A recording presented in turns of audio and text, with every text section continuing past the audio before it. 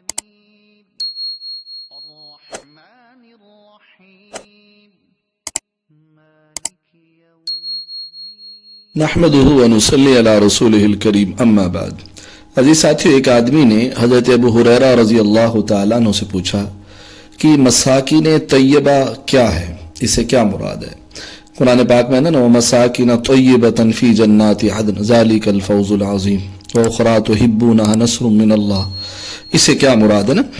تو حضرت ابو ہریرہ رضی اللہ تعالیٰ نے فرمایا کہ جنت میں ایک محل ہے اور اس کے اندر 70 حویلیاں ہیں سرخ یاقوت کی، پھر ہر حویلی میں 70 کمرے ہیں سبز زمرد کے.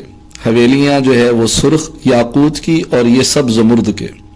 پھر ہر کمرے میں 70 چارپائیاں ہیں، ہر چارپائی اتنی لمبی ہے کہ اس پہ 70 بستر لگے ہوئے ہیں. پھر ہر بستر پر ایک لڑکی جنت کی حور بیٹھی ہوئی ہے اور وہ ایسی خوبصورت ہے کہ سورج کو انگلی دکھا دے تو سورج نظر نہ آئے، سمندر میں تھوک ڈالے تو سمندر میٹھا ہو جائے، مردے سے بات کرے تو مردہ زندہ ہو جائے. 70 جوڑوں میں اس کا جسم ایسے نظر آتا ہے گویا کہ اس کے اوپر کپڑے ہی نہ ہو. وہ بیمار نہیں ہوتی، اس کو بڑھاپا نہیں آتا، غم نہیں آئے گا، پریشانی نہیں آئے گی، پیشاب پخانہ نہیں، حیض نفاس نہیں اس کے اوپر. یعنی اور اللہ رب العزت نے اس کو مٹی اور گارے سے نہیں بنایا بلکہ مشک اور عنبر اور زعفران سے بنایا. پھر ہر کمرے میں 70 دسترخوان ہیں اور اس پہ 70 قسم کے کھانے رکھے ہیں اور ہر کمرے میں 70 نوکر اور نوکرانیاں ہیں. اتنا لمبا چوڑا ایک گھر ہے.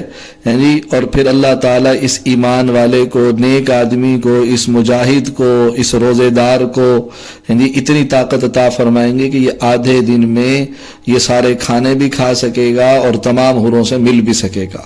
تو اللہ رب العزت ہم سب کو وہ مساکین طیبہ کا مستحق بنائے، روزے رکھنے کی اور آخرت کی تیاری کی توفیق نصیب فرمائے. السلام علیکم ورحمۃ اللہ وبرکاتہ.